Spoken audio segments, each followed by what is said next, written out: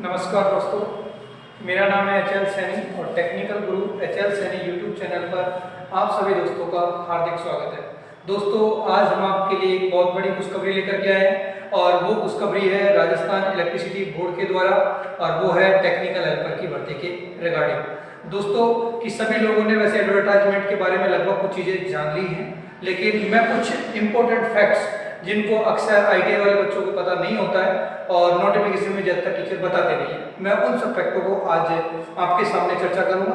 तो जितने भी दोस्त हैं जुड़े हुए हैं, सभी दोस्त हैं, एक बार वीडियो को शेयर कर दीजिए और जो दोस्त हमारे चैनल पर पहली बार आए हैं उस चैनल को सब्सक्राइब कर लीजिए, एज वेल एज जो घंटी वाला icon that called bell icon जिसे कहते हैं उसको प्रेस कर लो ताकि जो भी हमारी नई वीडियो है उसकी सूचना आपको मिलती रहे। देखो, मैं कुछ बेसिक बातें आपके साथ में चर्चा करूंगा, एक बार सभी पे आप फोकस करना। देखो, इस बार कुछ हेल्पर की वैकेंसी में बड़े बदलाव, जैसे कि हमेशा ये वैकेंसी आती थी टेक्निकल हेल्पर फर्स्ट के नाम से, और इस बार ये वैकेंसी आई है वो किस नाम से आई है? टेक्निकल हेल्पर थर्ड के नाम से आई है। ठीक है, पोस्टों की संख्या कितनी है, कब से फॉर्म भरे जाएंगे, ये सारी चीजें मैं अधिकतम आपका 5 से 7 मिनट करूंगा, बशर्ते कि आप 5-7 मिनट की इस वीडियो को स्किप ना करें, क्योंकि जो बेसिक चीजें वो इसमें रह जाएंगी अगर तुम ध्यान नहीं दोगे तो। दोस्तों, जो ये वैकेंसी है, ये वैकेंसी है, ये 3 हमारे जो निगम है उनमें आई है। एक जयपुर विद्युत वितरण, अजमेर विद्युत वितरण और जोधपुर विद्युत वितरण। कहने का मतलब तीनों जो है उनकी वैकेंसी एक साथ आपको नजर आ रही है। देखिए टोटल वैकेंसी कितनी है। देखो, वैकेंसी में हम सीधा जाते हैं, ज्यादा इसको तोड़ फोड़ की बात नहीं करेंगे, हम सीधा जो फोकस करेंगे वो फोकस करेंगे टीएसपी और नॉन टीएसपी। अगर मैं टोटल वैकेंसी की बात करूं तो ये वैकेंसी कितनी है? 1512 वैकेंसी है और इनमें भी जेडीवीएनएल की वैकेंसी है वो सबसे अधिक है, वो है 1035, और जो जेडीवीएनएल की वैकेंसी है वो 370 वैकेंसी है।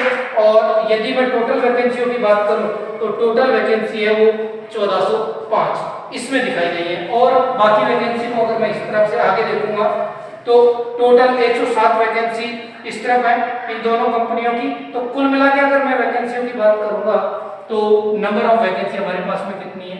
1512 वैकेंसी। दोस्तों, इससे पहले क्या होता था कि जब भी वैकेंसी निकलती थी तो तीनों जो हमारे पास में निगम है, जेडीवीएनएल, जेबीवीएनएल और एजीवीएनएल, इनकी अलग आया करती थी, अलग फॉर्म भरे जाते थे, लेकिन इस बार ऐसा नहीं है। एक मेन फैक्ट कि तीनों जो वैकेंसी, जो तीनों अलग हमारे पास में कंपनियां हैं, उनका एक ही फॉर्म भरा जाएगा। कहने का मतलब 1512 वैकेंसी पर सभी विद्यार्थी एलिजिबल है, ऑल स्टूडेंट्स आर एलिजिबल। ये जो 1512 उस पे सभी पोस्टों पर सभी एलिजिबल है। ठीक है, अब बात करते हैं कुछ इंपॉर्टेंट फैक्ट्स जो इस वैकेंसी के रिगार्डिंग आपको जानने हैं। ठीक है, हाँ जी, चलो थोड़ा सा आगे देखते हैं, नोटिफिकेशन को थोड़ा सा तेज गति से देखते हैं, कुछ काम की चीजें मैं आपको बताऊंगा।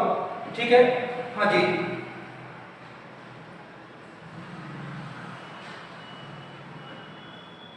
देखिए कुछ इसमें मेन चीज है क्वालिफिकेशन। मेन जो चीज है तुम्हारी क्वालिफिकेशन की बात है, और क्वालिफिकेशन सबसे बड़ा फैक्टर है, क्योंकि एजुकेशन क्वालिफिकेशन, गौर करना, एजुकेशन क्वालिफिकेशन सबसे मेन चीज है। मेन चीज क्या है कि इसमें आपकी इलेक्ट्रीशियन या लाइनमैन, जिसे वायरमैन या पावर इलेक्ट्रिकल में क्या की हुई हो, आईटीआई की हुई हो। जिन लोगों ने इलेक्ट्रॉनिक मैकेनिक से आईटीआई कर रखी है वो दोस्तों को मैं इन्फॉर्म कर देता हूं कि वो इस पोस्ट के लिए एलिजिबल नहीं है। ठीक है, अब बात करते हैं एजुकेशन क्वालिफिकेशन में, तो आईटीआई है, लेकिन अगर किसी विद्यार्थी ने बीटेक या डिप्लोमा कर रखा है तो वो एलिजिबल नहीं है। लेकिन किसी विद्यार्थी ने आईटीआई प्लस डिप्लोमा कर रखा है तो वो इस पोस्ट के लिए एलिजिबल होगा। कहने का मतलब आपके पास में मिनिमम क्वालिफिकेशन जो आईटीआई है वो कंपलसरी है, होनी चाहिए। ठीक है, ये आईटीआई की डिग्री होनी कंपलसरी है। अब बात करते हैं कि इस वैकेंसी में क्या आईटीआई किए हुए विद्यार्थी फॉर्म भर सकते हैं या जो एपीआर हैं वो भी फॉर्म भर सकते हैं। तो दोस्तों, इसमें जिन लोगों ने आईटीआई कर ली है, दैट्स कॉल्ड एपीआर हो चुके हैं, वो विद्यार्थी तो फॉर्म भर ही सकते हैं। इसके अलावा जो विद्यार्थी अभी एपीआरिंग में हैं, कहने का मतलब आईटीआई कर रहे हैं, वो विद्यार्थी भी फॉर्म भर सकते हैं। ध्यान रखना, जो विद्यार्थी ITI कर रहे हैं, जो एप्लीकेट ITI कर रखे हैं वो तो भर ही सकते हैं, और जो कर रहे हैं वो भी भर सकते हैं। उनकी जो ITI की डिग्री है वो कब होनी चाहिए, जब आपके डॉक्यूमेंट चेक हो, at the time of DV, that's called document verification के टाइम पर आपके पास में डिग्री होनी चाहिए। ये इंपॉर्टेंट फैक्ट है, ये जनरल क्वेश्चन है बच्चों का पूछा जाने वाला। तो क्या बात बताई मैंने कि आपके पास में क्या होना चाहिए मेरे प्यारे दोस्तों, कि DV के टाइप का डिग्री होनी चाहिए। ठीक है, अब बात करते हैं कि सिलेक्शन प्रोसीजर क्या होगा। देखो, मोटी मोटी चीजों के बारे में बात करेंगे। सिलेक्शन प्रोसीजर क्या होगा, अब इससे पहले एक बार एज के बारे में और देख लेते हैं कि जिनकी एज अधिकतम कितनी हो, 28 साल, मतलब 18 से 28 एज वाले इसमें एलिजिबल है। कौन से कैंडिडेट? UR के। बाकी अन्य सभी कैटेगरी, चाहे वो ST हो, चाहे OBC हो, चाहे EWS हो, कोई भी कैटेगरी हो, उसको कितनी साल की छूट है? 5 साल की छूट है। ये एज वाला फैक्टर आपका खत्म हो गया। अब बात करते हैं इसमें और नए फैक्टर्स क्या हैं। सिलेक्शन प्रोसीजर देखना, मेनली हमें फिजिकली फिट होना चाहिए, वो सारी चीजें। हाँ, मेन बात होती है पैसे, सैलरी की, कितना माल मिलेगा, है ना। तो जब तक आदमी को पैसा नहीं मिलेगा तो काम कैसे करेगा। तो दोस्तों, जब आप प्रोविजन पीरियड में होंगे तो आपकी सैलरी फिक्स होगी कितनी? 13,500। मतलब 2 साल तक आपको किसी प्रकार का कोई भत्ता नहीं मिलेगा, सिर्फ 13,500 बेसिक पे फिक्स होंगे। जैसे ही आपका 2 साल का प्रोविजन पीरियड हो जाओगे तो आप राजस्थान में जो सैलरी का जो लेवल है, उस लेवल 4 सैलरी में आपका जो पे मैट्रिक्स लेवल होगा वो कितने बेसिक पे सेट हो जाओगे? 19,200। इसके अलावा जो आपको अलग प्रकार का TA, DA, HRA जो मिलेगा वो सब अलग है। वो बेसिक होगा वो कितना हो जाएगा? 19,200 आपको मिलेगा। अब बात करते हैं मैं सिलेक्शन प्रोसीजर की, कि सिलेक्शन प्रोसेस क्या है, और इसी को हमें समझना है। यही सबसे जरूरी चीज है दोस्तों। इस बार सिलेक्शन प्रोसीजर में बदलाव है। बदलाव क्या है कि पहले तो कितने पेपर होते थे? 1। इस बार इसमें जो पेपर होंगे वो पेपर कितने होंगे? 2, जिसे हम कहेंगे प्रीलिम्स और मेन पेपर। इसको प्रीलिम्स कह दो, चाहे स्क्रीनिंग बोल दो। स्क्रीनिंग या प्रीलिम्स का तात्पर्य इस बात से है कि इस पेपर के मार्क्स नहीं जुड़ेंगे और यह पेपर होगा वो 100 नंबर का होगा। ठीक है, मेंस के मार्क्स जुड़ेंगे, यह पेपर सिर्फ पास करना जरूरी है।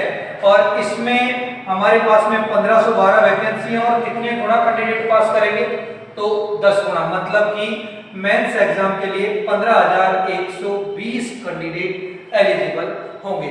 और जो आपका सिलेबस होगा प्री का, उस प्री के सिलेबस की थोड़ी सी चर्चा कर देता हूँ फटाफट से, कि जो मैथ है और जनरल साइंस है वो 10 क्वेश्चन आएंगे 10 नंबर के, और जो राजस्थान की करंट और राजस्थान की ज्योग्राफी, आर्ट, कल्चर, हिस्ट्री है वो 35 क्वेश्चन 35 नंबर के, और इंडिया की करंट और इंडिया की ज्योग्राफी हिस्ट्री है उसके 5 क्वेश्चन होंगे वो 5 नंबर के। और मेन चीज है टेक्निकल, मतलब इलेक्ट्रीशियन की थ्योरी।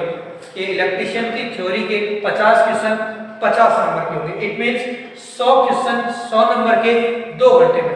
कहने का क्या मतलब हुआ?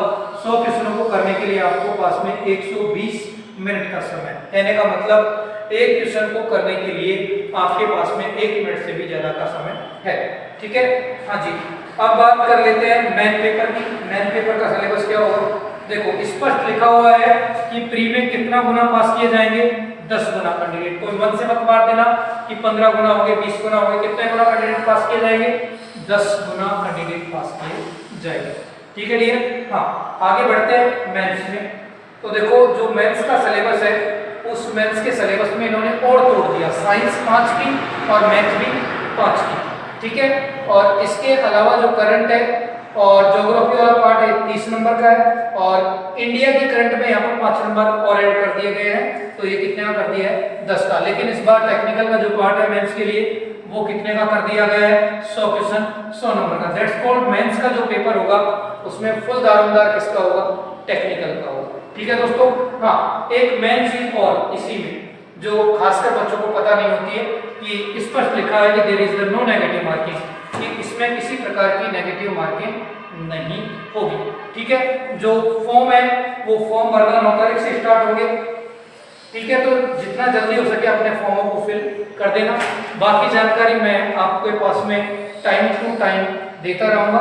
ठीक है, आज के सेशन में हम ज्यादा चर्चा नहीं करेंगे और बस अब कुछ 2 मिनट की बातें जो काम की है आपको सुननी है कि ये सारा कुछ तो है। अब बात करते हैं कि श्रीराम टेक्निकल क्लासेस, मैं यानी श्रीराम टेक्निकल क्लासेस आपके लिए क्या करेगा। श्रीराम टेक्निकल क्लासेस आपको क्या प्रोवाइड करेगा, क्या फैसिलिटी देगा। तो दोस्तों इसके लिए हमने एक बैच स्टार्ट कर रहे हैं और वो बैच स्टार्ट हो रहा है 9 तारीख से। दैट्स कॉल्ड 9 फरवरी को हमारा बैच स्टार्ट हो रहा है सुबह 8 बजे। तो सुबह 8 बजे जितने भी विद्यार्थी है 9 तारीख को Shriram technical classes Gangapur city Ganesh mill पर 9 तारीख को सुबह 8 बजे आमंत्रित हैं। सभी लोग को सादर आमंत्रित किया जाता है इस बैच के लिए। तो जितने भी विद्यार्थी हैं इस वीडियो को अपने दोस्तों में ज्यादा से ज्यादा शेयर करें ताकि सभी विद्यार्थियों को इस वैकेंसी की सूचना मिल सके, क्योंकि बहुत दिनों से बच्चे कह रहे थे सर वैकेंसी नहीं आई है, तो सारे अपडेशन हो गए हैं। इसलिए अब है हमारा जो सेमिनार भी होगा 9 तारीख के दिन और उसी रोज से हमारा बैच भी स्टार्ट होगा। ठीक है दोस्तों, इस वीडियो के लिए तो आज के लिए इतना ही। सुनने के लिए थैंक यू।